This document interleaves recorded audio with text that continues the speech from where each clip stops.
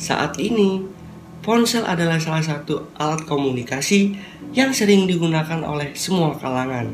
Jika kita menggunakan ponsel secara terus-menerus, maka lama-kelamaan baterai ponsel pun akan berkurang dan habis. Di kondisi itu, kita akan mengisi ulang baterai pada ponsel tersebut. Kondisi itu dinamakan contoh elemen sekunder. Artinya kita bisa mengisi ulang baterai pada ponsel tersebut. Saat kita mengisi ulang pada baterai ponsel, terjadi perubahan energi listrik menjadi energi kimia, di mana arus listrik mengalir dari sumber energi menuju baterai sehingga terjadi aliran listrik searah. Nah, apakah teman-teman tahu apa yang dimaksud dengan arus listrik searah? Oke, biar lebih paham lagi, teman-teman simak videonya sampai selesai.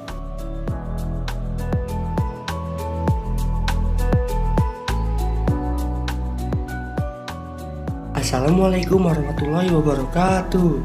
Tabik pun, perkenalkan nama saya Muhammad Danus Setiwiardana. Teman-teman, apa kabar kalian hari ini? Semoga kalian sehat selalu ya. Rangkaian arus searah memuat subbab sebagai berikut. Hari ini kita akan belajar tentang rangkaian arus searah. Tapi sebelum memulai pembelajaran pada hari ini, kita akan berdoa terlebih dahulu. Berdoa dimulai.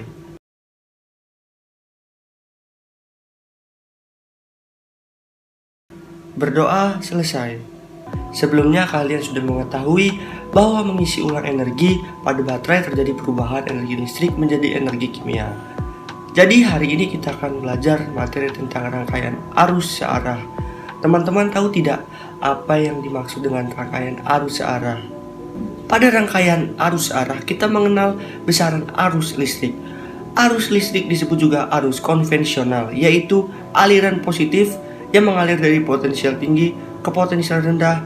Arus listrik yang hanya mengalir ke satu arah disebut arus searah atau direct current, yang biasa disingkat menjadi DC. Jadi, rangkaian arus searah berhubungan dengan muatan listrik yang bergerak dalam pengantar yang disebabkan adanya beda potensial.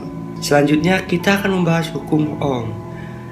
Ohm menyatakan bahwa kuat arus yang mengalir pada suatu pengantar sebanding dengan beda potensial pada ujung-ujung pengantar dan berbanding terbalik dengan hambatan pengantar.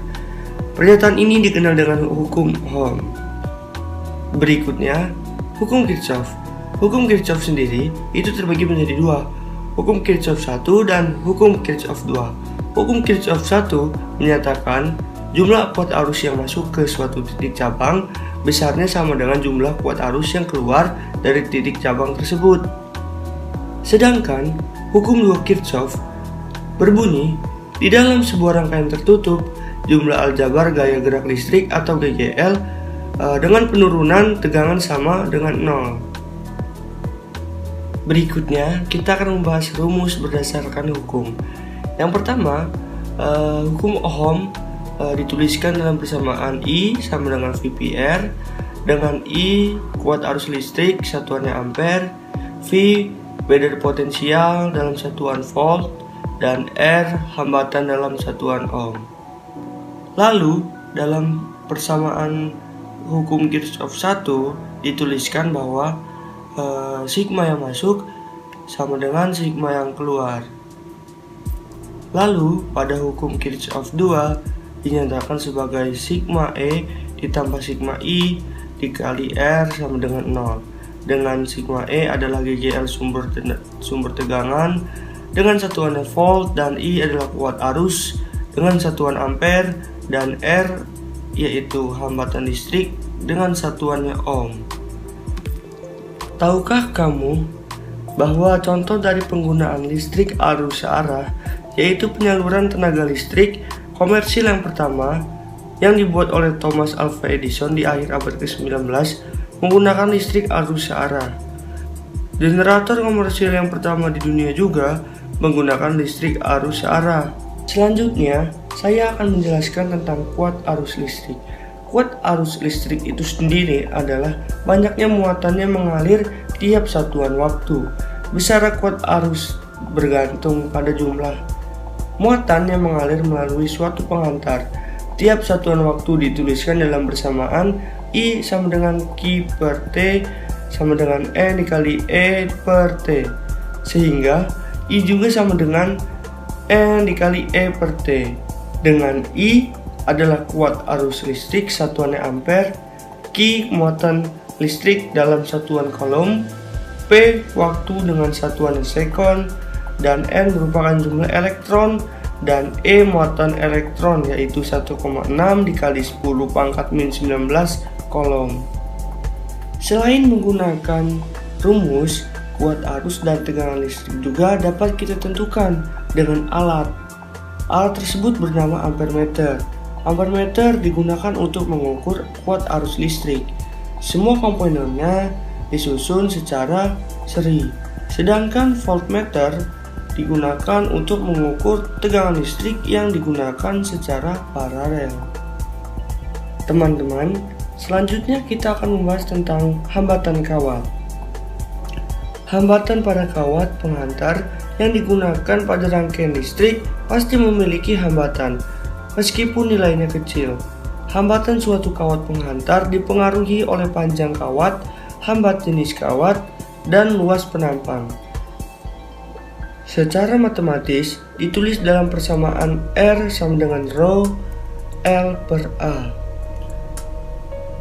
Dengan R adalah hambatan kawat penghantar satuannya ohm, rho jenis kawat penghantar dalam ohm meter, dan L panjang kawat penghantar dalam meter, dan A adalah luas penampang kawat penghantar dalam satuan meter kuadrat. Jika permukaan kawat penghantar berbentuk lingkaran, maka luas permukaan kawat tersebut dihitung menggunakan luas lingkaran, yaitu A sama dengan 1/4 pi D kuadrat sama dengan pi R kuadrat. Berikutnya, kita akan membahas tentang susunan GGL. Susunan GGL itu sendiri dapat disusun secara seri maupun paralel. Yuk kita bahas teman-teman satu persatu. Yang pertama, susunan seri GGL. Jumlah GGL total sama dengan penjumlahan tiap-tiap GGL. Begitu juga hambatan dalam total. Dapat kita hitung dengan menjumlahkan hambatan dalam pada masing-masing GGL. Jika GGL dan hambatan dalam setiap GGL nilainya sama, maka S sama dengan N dikali E dan RS sama dengan N dikali E. Dengan N adalah jumlah GGL atau jumlah hambatan dalam yang identik, dan S adalah GGL pengganti seri, dan RS adalah hambatan dalam pengganti seri. Yang kedua, kita akan membahas GGL susunan paralel ya teman-teman. Besarnya GGL pada susunan paralel adalah sama dengan E1 sama dengan E2 sama dengan E3 sama dengan E. Hambatan dalam total paralel dapat ditentukan dengan 1 per Rp sama dengan 1 per R1 ditambah 1 per R2 ditambah 1 per R3. Karena GGL dan hambatan dalam setiap GGL nilainya sama, maka EP sama dengan E. Dan hambatan dalam dihitung dengan rumus Rp sama dengan R per N. Dengan N adalah jumlah GGL atau jumlah hambatan dalam yang identik, dan EP adalah GGL pengganti paralel, dan RP adalah hambatan dalam pengganti paralel. Jika teman-teman semua sudah paham, selanjutnya kita akan menjawab soal bersama-sama. Yang pertama, kita akan membahas tentang soal teori berikut ini. Yang pertama, soal teori. Dua buah lampu identik A dan B dihubungkan secara paralel. Keduanya kemudian dihubungkan seri dengan bola lampu C. Rangkaian ini kemudian dihubungkan dengan baterai. Jika kemudian lampu C putus, maka yang terjadi adalah 1. Bola lampu A dan B sama terangnya dan lebih terang dari sebelum C putus. 2. Arus. 3. Beda potensial A sama dengan beda potensial B. Dan 4. Bola lampu A dan B tidak menyala. Jawabannya, karena bola lampu C diseri dengan A dan B yang paralel, maka ketika lampu C putus, maka aliran arus listrik akan terputus. Hal ini yang mengakibatkan bola lampu A dan B tidak menyala. Maka jawabannya adalah nomor 4. Berikutnya kita akan mengerjakan bersama-sama soal hitungan.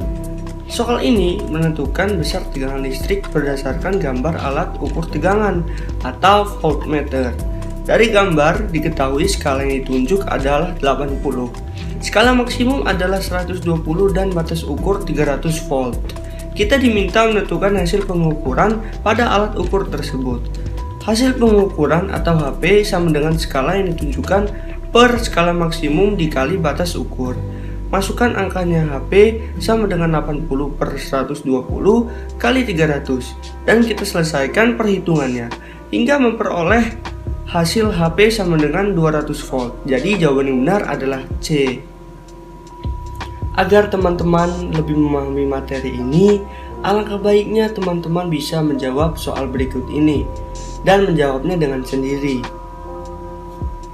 Teman-teman, arus searah dalam penggunaan teknologi digunakan dalam perangkat elektronik apapun dengan baterai sebagai sumber listrik.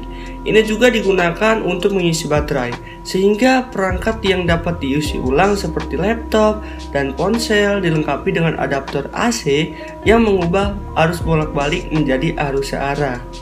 Jadi hari ini kita sudah mempelajari tentang menentukan kuat arus listrik pada arus searah I sama dengan Q per T, dan mengenal juga alat ukur listrik yaitu ampermeter dan voltmeter. Kita juga sudah mempelajari hukum Ohm, I sama dengan V per R, hukum 1 Kirchhoff, jumlah kuat arus yang masuk ke satu titik cabang besarnya sama dengan jumlah kuat arus yang keluar dari titik cabang tersebut.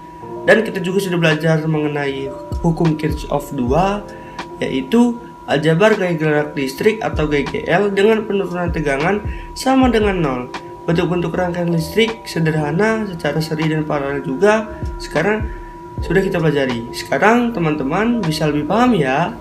Teman-teman, ternyata fisika sangat dekat dengan kehidupan kita ya. Oh iya teman-teman, sebelum mengakhiri pembelajaran pada hari ini, ada baiknya kita berdiskusi terlebih dahulu. Berdiskusi silakan dimulai.